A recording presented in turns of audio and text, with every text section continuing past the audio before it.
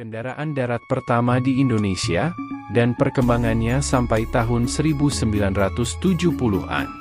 Menelisik sejarah singkat kendaraan darat di tanah air, sedikit banyak dipengaruhi oleh Belanda yang menjajah Indonesia. Kala itu, masyarakat hanya mengandalkan kuda, gerobak, pedati serta becak sebagai angkutan pribadi hingga barang. Perkembangannya yang mungkin bisa dirasakan hingga kini adalah kehadiran berbagai macam merek dan model kendaraan termasuk angkutan darat kereta api dan infrastruktur jalan yang membentang di Pulau Jawa. Perlahan semua moda transportasi jadul itu tergantikan akibat perubahan zaman, kemajuan teknologi sampai kebijakan politik yang berkuasa. Lebih dari itu, penemuan roda yang menjadi cikal bakal perkembangan transportasi darat pun memberikan pengaruh besar pada kendaraan. Mari kita simak kompilasi dari berbagai sumber terkait dengan perkembangan kendaraan yang dipergunakan oleh bangsa tercinta kita Indonesia sejak zaman dahulu yang masih mengandalkan tenaga hewan sampai ditemukan teknologi modern transportasi yang meramaikan di jalan raya di kota-kota besar di Indonesia, sampai di era tahun 1970-an.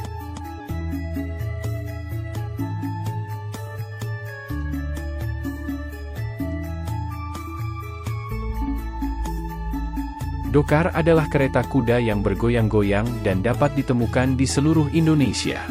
Gerobak roda dua biasanya berwarna cerah dengan hiasan motif dan lonceng.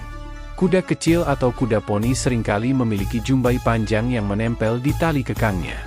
Dokar pada umumnya memiliki bangku tempat duduk di kedua sisinya, yang dapat memuat 3 atau 4 orang dengan nyaman. Namun, para pengemudi seringkali mencoba membawa lebih dari itu, ditambah karung beras. Di Jawa Anda juga akan melihat andong atau delman, yaitu kereta kuda berukuran lebih besar yang dirancang untuk mengangkut 6 orang. Delman di Indonesia adalah kendaraan transportasi tradisional yang beroda 2, 3, atau 4 yang tidak menggunakan mesin tetapi menggunakan kuda sebagai penggantinya. Selain delman, variasi alat transportasi yang menggunakan kuda diantaranya adalah kereta perang, kereta gencana, dan kereta kuda. Penamaan delman diambil dari nama penemunya, yaitu Charles Theodore Delman, seorang insinyur pada masa Hindia Belanda. Orang Belanda sendiri menyebut kendaraan ini dengan nama dos-a-dos, yaitu sejenis kereta yang posisi duduk penumpangnya saling memunggungi. Istilah dos-a-dos ini kemudian oleh penduduk pribumi Batavia disingkat lagi menjadi sado. Istilah lain dari kereta kuda yang akrab di kalangan masyarakat Wonosobo, Jogja dan daerah lainnya di Jawa diantaranya adalah bendi, andong, dan dokar.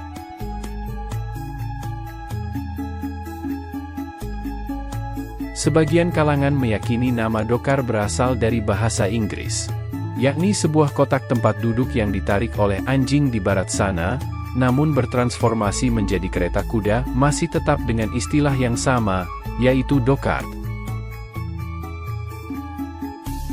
Rakyat pribumi menyebut nama kendaraan ini sebagai dokar. Dokar adalah sebuah kendaraan berkuda ringan yang awalnya didesain untuk kegiatan berburu. Seiring berjalannya waktu, bentuk kendaraan dokar ini berubah dengan cepat pada abad ke-19, sehingga memunculkan berbagai variasi nama untuk tiap jenis yang berbeda. Keberadaan dokar sebagai salah satu warisan budaya Jawa memberikan ciri khas tersendiri di tempat-tempat wisata, seperti Pantai Parangtritis dan alun-alun Kidul Yogyakarta. Di samping sebagai item pendukung wisata, dokar juga terdapat di kota-kota lain bahkan di pedesaan-pedesaan yang masih aktif dijadikan alat transportasi tradisional yang biasanya untuk mengangkut penumpang setiap hari dari pasar menuju ke sekitar area.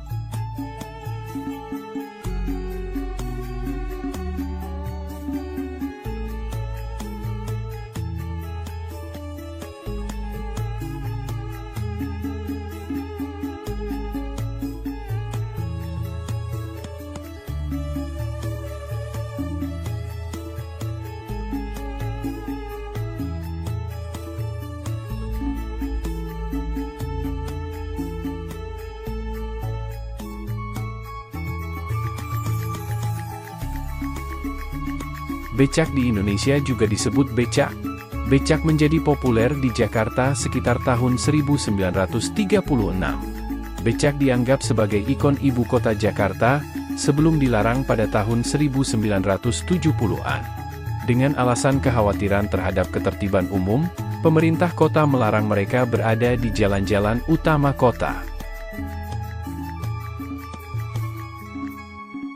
Namun, meski ada upaya pemberantasan, banyak becak yang masih beroperasi di dekat permukiman kumuh yang tersebar di seluruh kota.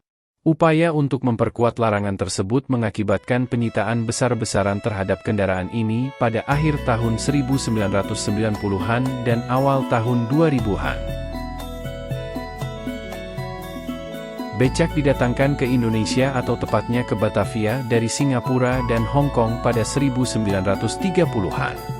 Dari catatan lain menyebutkan becak diperkenalkan dari Makassar selanjutnya dikirim ke Batavia di akhir tahun 1930-an. Informasi ini diperkuat dengan catatan-catatan perjalanan seorang wartawan Jepang ke berbagai daerah di Indonesia, termasuk Makassar. Dalam catatan berjudul, Bentuk Kamera, di tahun 1937 disebutkan, becak ditemukan orang Jepang yang tinggal di Makassar, bernama Seiko-san yang memiliki toko sepeda. Becak dikenal dengan nama roda 3, dan kata becak atau becak baru digunakan. Pada tahun 1940 ketika becak mulai digunakan sebagai kendaraan umum, awalnya pemerintah kolonial berasa senang dengan transportasi baru ini. Namun belakangan pemerintah melarang keberadaan becak karena jumlahnya terus bertambah, membahayakan keselamatan penumpang, dan menimbulkan kemacetan. Jumlah becak justru meningkat pesat ketika Jepang datang ke Indonesia pada 1942. Kontrol Jepang yang sangat ketat terhadap penggunaan bensin, serta larangan kepemilikan. Kendaraan bermotor pribadi menjadikan becak sebagai satu-satunya alternatif terbaik moda transportasi di kota-kota besar seperti Jakarta dan Surabaya. Bahkan penguasa membentuk dan memobilisasi kelompok-kelompok, termasuk tukang becak, demi kepentingan perang melalui pusat pelatihan pemuda, yang mengajarkan konsep politik dan teknik organisasi.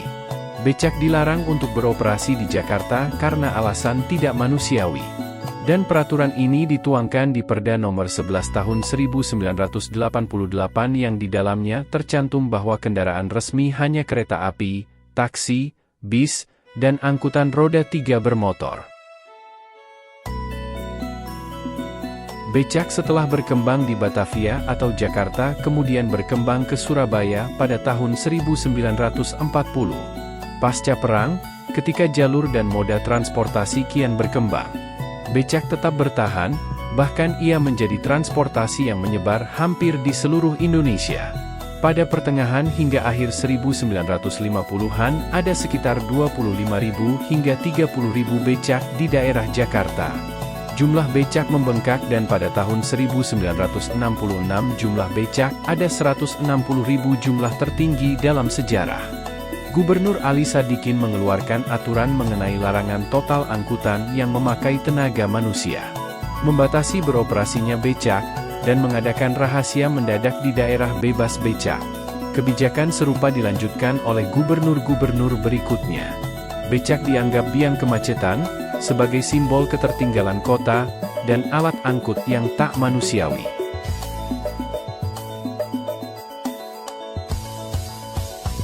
Di sisi lain, becak juga mulai menghadapi pesaing dengan kehadiran ojek motor, mikrolet, dan metro mini. Pada 1980 misalnya, pemerintah mendatangkan 10.000 minicab, bajai, helicak, minicar, untuk menggantikan 150.000 becak.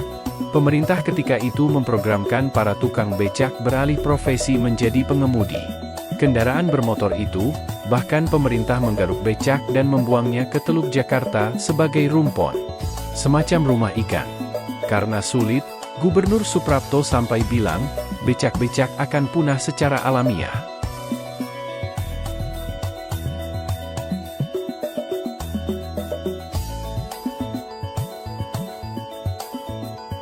Lapangan pekerjaan di Indonesia, becak merupakan salah satu lapangan kerja yang mudah untuk dimasuki.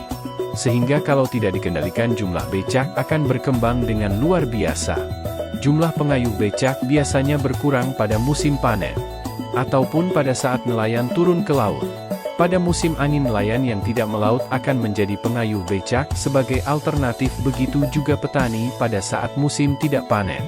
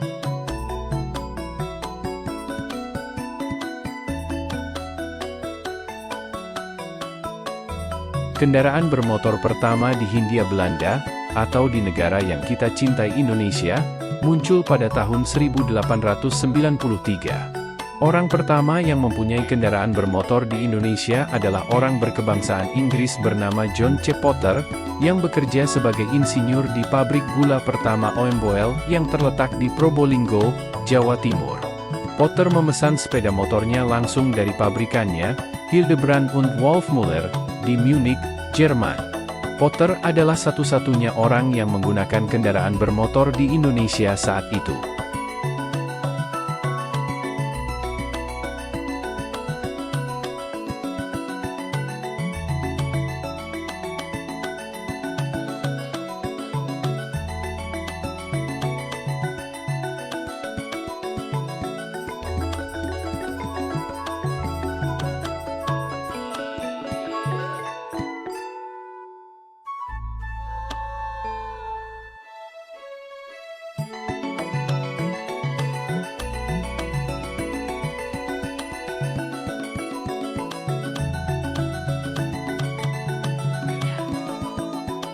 Sepeda motor tiba di Indonesia pada tahun 1893, satu tahun sebelum mobil pertama, milik Sultan Solo. Hal ini menjadikan John C. Potter sebagai orang pertama di Indonesia yang menggunakan kendaraan bermotor. Sepeda motor lain, pertama kali terlihat pada tahun 1902, digunakan untuk menarik gerobak. Itu diproduksi oleh perusahaan sepeda motor Minerva di Belgia.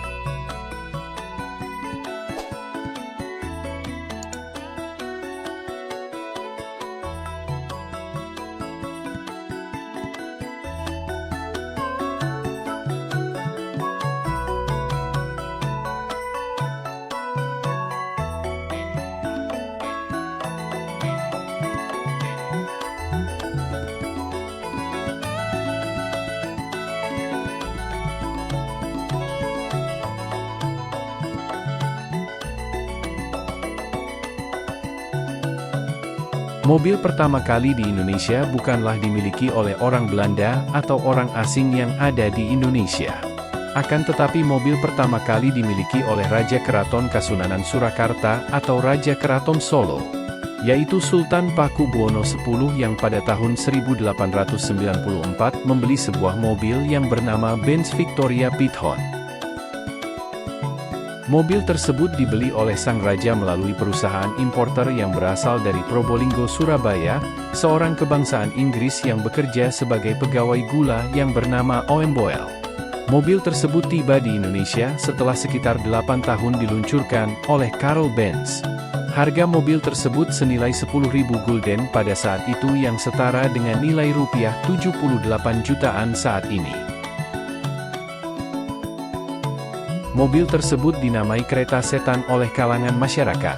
Sebutan ini tidak lain disebabkan karena kendaraan ini bisa berjalan sendiri yang tidak memerlukan tenaga kuda, karena pada saat itu semua kendaraan umum berupa kereta yang ditarik oleh kuda. Sedangkan Benz Victoria Python sendiri memiliki bentuk yang sama persis dengan kereta kuda pada umumnya. Namun karena mobil itu bisa berjalan sendiri tanpa tenaga kuda maka masyarakat menyebutnya sebagai kereta setan. Mobil ini dibekali dengan mesin 1 silinder dengan kapasitas 2000 cc. Mobil tersebut memiliki tenaga 5 HP, atau sebanding dengan jumlah 5 kuda. Cukup kecil tenaganya jika dibandingkan dengan mobil yang ada di Indonesia pada saat ini. Meski demikian mobil ini mampu menampung 6 penumpang dalam setiap perjalanannya. Dan perlu diketahui mobil tersebut merupakan kendaraan yang sangat mewah pada masanya. Mobil ini memiliki sistem yang cukup unik dan tidak akan pernah ditemukan lagi di masa saat ini. Setelah membuat geger masyarakat Indonesia dengan membeli mobil yang disebut dengan kereta setan, Paku Buwono ke-10 kembali membuat geger masyarakat Indonesia pada tahun 1907 untuk aktivitas hariannya. Kali ini, mobil yang dipilih adalah bernama Blitz Daimler.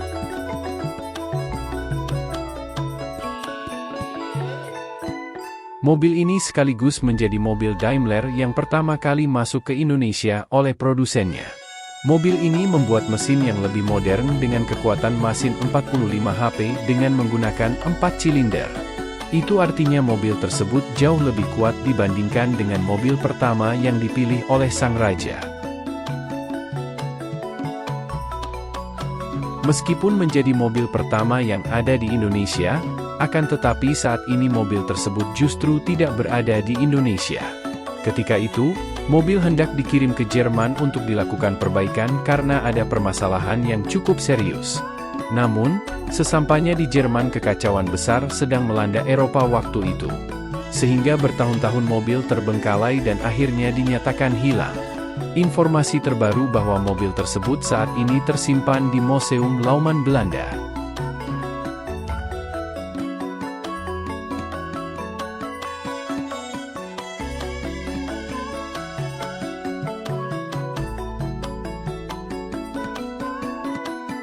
Helicak ditemukan di Jakarta pada tahun 1970-an. Nama Helicak berasal dari gabungan kata helikopter dan roda 3, karena bentuknya yang mirip dengan helikopter dan roda 3. Helicak pertama kali diluncurkan pada bulan Maret 1971. Badan utama Helicak adalah skuter Lambretta yang diimpor dari Italia. Mesin dan bodi utama Helicak yang didatangkan dari Italia adalah skuter Triketri Lambretta dengan mesin 150 cc. Kendaraan ini pertama kali diproduksi pada masa Gubernur Ali Sadikin sebagai pengganti becak yang dianggap tidak manusiawi. Dengan Helicak, penumpang duduk di depan sedangkan pengemudi duduk di belakang. Kendaraan tersebut tidak aman bagi penumpang, karena jika terjadi tabrakan maka pihak penumpang lah yang akan terlebih dahulu merasakan akibatnya. Helicak tidak bertahan lama. Meski perlahan menghilang dari jalanan ibu kota, Helicak dikabarkan masih bisa ditemukan di kawasan Kemayoran. Helicak juga pernah dicoba untuk dikembangkan di daerah Salatiga, Yogyakarta, dan Surabaya. Helicak tidak terlalu lama digunakan sebagai angkutan umum karena beberapa alasan. Salah satunya karena alasan keamanan, alasan lainnya adalah karena adanya kesulitan dalam hal perawatan kendaraan, serta terkait dengan kebijakan pemerintah DKI Jakarta yang tidak meneruskan dalam menyediakan angkutan umum ini bagi masyarakat. Dengan adanya kebijakan ini mengakibatkan, 402 Helicak saat pertama kali diluncurkan tidak dikembangkan lebih lanjut, sehingga perlahan-lahan menghilang dan bahkan saat ini sudah tidak pernah ditemukan lagi di Jakarta dan pemerintah daerah khusus ibu kota Jakarta, sudah melarang untuk mengoperasikannya pada tahun 1987. Oplet adalah kendaraan umum yang mulai banyak digunakan sejak tahun 1950-an.